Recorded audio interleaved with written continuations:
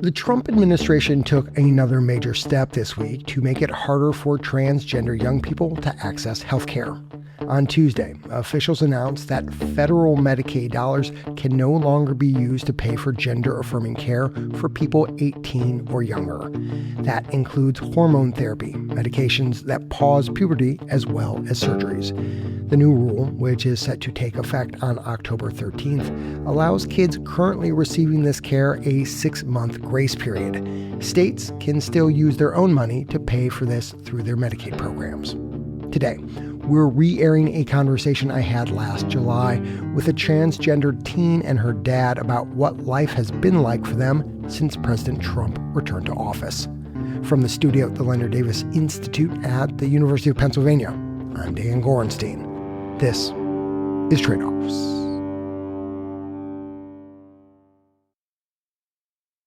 Hi, Dan. Hello. Of Hey, you two. Thank you so much for taking the time to talk to us. course.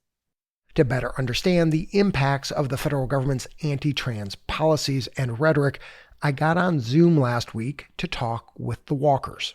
My name is Harley Walker. My pronouns are she, her. I'm 18 years old. Jeff Walker. I live in Auburn, Alabama. I have 2 kids. I have a son who's 24 and my daughter Harley, who is 18. Harley told Jeff and her mom that she was transgender 8 years ago when Harley was 10. Jeff has been by Harley's side for all the tough moments of growing up trans in the South, bullying, switching schools, losing friends and family.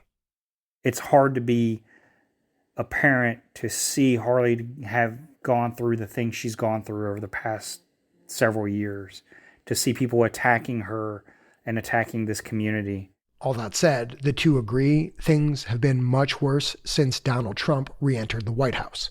I always said that no matter how unsafe I felt in my home state or how many states passed this anti-trans legislation or spewed this rhetoric, I knew that the federal government wasn't going to come after me and my community. And then as soon as Trump won the election, I knew all of that was going to change. Now, instead of being condemned by the federal government, it's now enabled by the federal government. And so there's really no safety in the country. I feel unsafe almost everywhere. It's really scary.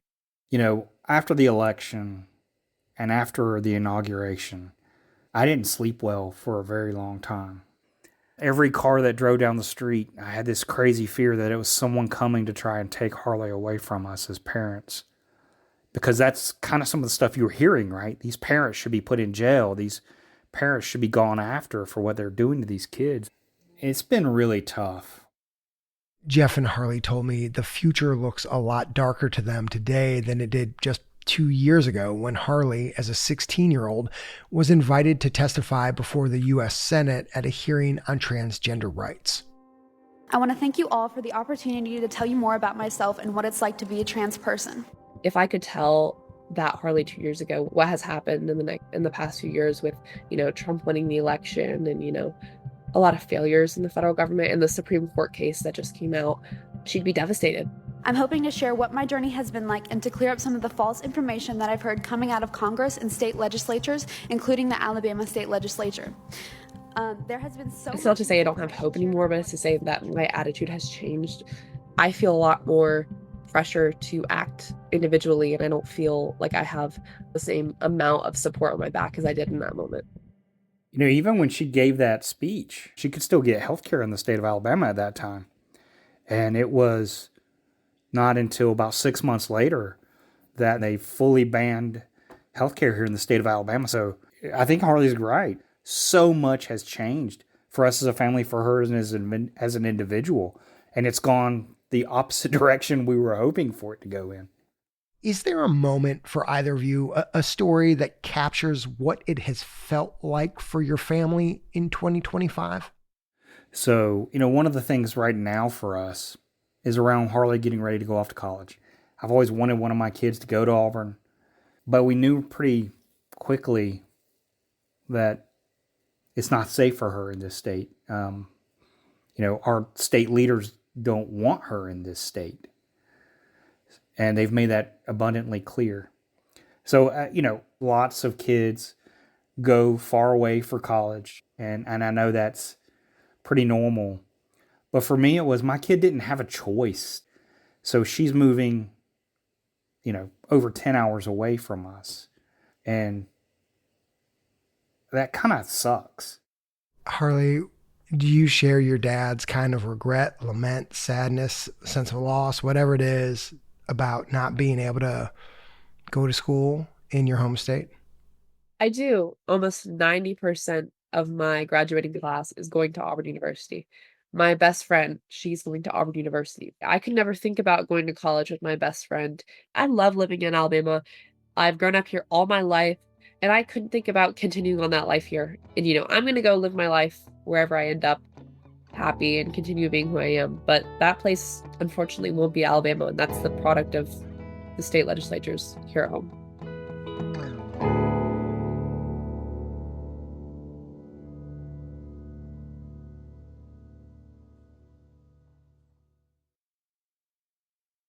Jeff, a study last year in the journal Nature found that suicide attempts among transgender teens went up after anti-trans laws passed in their states. Other research suggests that one of the most important things that can protect trans youth against some of these negative mental health impacts is having a supportive family. You've clearly been supportive of Harley, you and your wife. As both of you know, there are lots of parents out there whose kids are telling them that they're trans, and the parents are scared. They're genuinely worried that supporting them in their gender transition could actually permanently harm their child.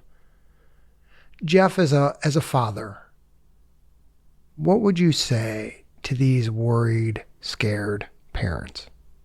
I think even when Harley first came out, that was one of the statistics we kind of read early on, was there was a high suicide rate, especially trans youth who didn't have supporting families.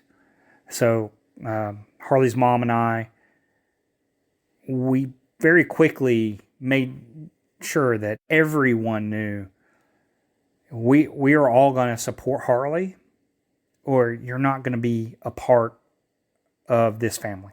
To me, it's not hard to do. You love your kid. Just listen to what they have to say and support them.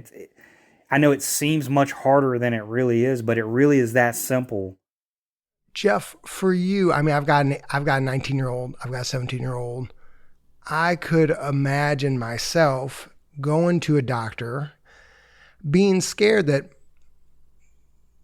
my kid would be vulnerable, that medical professionals might in some way be prejudiced or discriminate against my kid.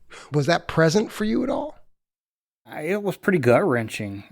When you take your kid, they have strep throat or they break their arm. When you go, here's antibiotics, here's a cast. This was something very foreign to me as a parent. What are they going to do to my kid? Right? What are these doctors going to prescribe or want us to have as treatment? So there was a lot of nerves around that. We honestly really didn't know what to expect going into it. We were all kind of nervous, but then we sat down with the doctors and immediately felt comfortable. It all kind of gets lost in translation that you immediately go to the doctor and it's hormones, puberty blockers, surgeries, etc. It's so far from the truth. It's really just those first few visits are kind of getting to know you. What can we do to help you with your journey, and what's the best thing for you and your family going forward? And so I think that we left that meeting feeling really reaffirmed and like I was seen as a person. And we actually celebrated by getting Cheesecake Factory afterwards, so that was great. We just all felt so good afterwards that we wanted to go celebrate somewhere. Cheesecake Factory. What did you guys have? I'm sure I had Snickers cheesecake. I don't know what I had meal-wise, but I know I had red velvet cheesecake. Harley, we've been talking a lot, right, about how much your parents took clear steps to support you and have seemingly walked with you through your transition. How do you feel about how your mom and dad have treated you? I think that, I'm incredibly grateful to have such a supportive family. I think the biggest thing is just listening. And a lot of people don't listen like my parents did. And like my dad said, he grew up from the South, Christian, small town, and he didn't know what being transgender meant, but he was still willing to listen. And now my dad is my biggest supporter there is. And just seeing his growth the past 2 years since I've come out has been truly inspiring, and I'm forever grateful. I'd like to go back to your testimony, Harley, before those senators one more time, because even as you were describing how hard Republican legislation has made your life, you made something in that testimony very clear. I want all of you to look at me here now and hear my words. I am a very happy 16-year-old girl. I have wonderful friends who accept me for who I fully am, and I am active in my school's debate team and other curricular activities. I love to travel. I enjoy concerts and music like Taylor Swift and listening to my record collection in my room. I get all A's in school, and I am looking forward to college. I am not miserable in my life. I am not depressed. I'm just trying to be a teenager in America. Harley, why was it so important for you to tell those senators that you were happy? Why did you want them to know and understand that you were happy? Because often whenever, people talk about trans youth, people get caught up in the negativity, and the sorrow, and I think there's a lot of joy. I always say, I'm Harley. I'm not trans Harley. I'm just Harley. And that I have so many other parts of my life other than being transgender. And so I think that that's why I wanted to highlight that I'm not miserable. I live a great life. I live a happy life. And a lot of people don't know that. And so that's why I wish people would not look at trans people as, a talking point, but as people. But I think if you do that, you'll realize that trans people have a lot more to offer than just being trans. And obviously, right now, the political environment for transgender Americans is pretty hard. What right now, Harley, makes you happy? What makes me happy is, I don't know, right now I'm watching the new season of RuPaul's Drag Race, and that's really fun. I've been listening to a lot of Fleetwood Mac recently, and that's a lot on my summer playlist. Say That You Love Me by Fleetwood Mac is really good. What makes me happy is just having a group of friends that I can laugh with, have a good time with, and feel like I can be authentically myself. I love that. Jeff, what's something that's making you real happy about your daughter? She's so busy with her friends all the time. A lot of times they come here to the house and, I'll get pizza or whatever, and they'll sit downstairs and watch movies. When I've got a house full of kids that are downstairs giggling and doing karaoke and cackling and cutting up, you can't help but be happy, right? To see your kids happy like that. So I'm really enjoying that. Harley, what's something you and your dad are going to do before he drops you off at college that you're looking forward to? We're going to be traveling up to Maryland soon for my college orientation. And I always just love traveling with my dad. Every time we travel, he'll always take a selfie of us before we leave and be like, Jeff and Harley are going on a new adventure. Where are we going now? So I love traveling with my dad. I'm just excited to spend the last few months home in Auburn with my family and kind of soak it all in before I leave. I can imagine on the road trip as y'all go up, maybe there'll be a little Fleetwood Mac. Yes, there will. He always will play my playlist whenever we go on road trips. Harley and Jeff, thank you both for taking the time to talk to us on Tradeoffs.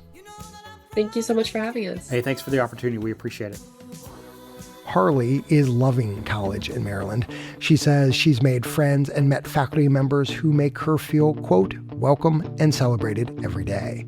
She testified in front of the Maryland General Assembly this spring on anti-trans legislation. Jeff is excited for Harley, but misses her back home in Alabama. In terms of the new federal ban on gender-affirming care in Medicaid, Jeff sympathizes with parents who are now scrambling to figure out what's next for their kids. Harley says she's disappointed, but not surprised. Both continue to feel targeted by the administration. I'm Dan Gorenstein. This is Tradeoffs.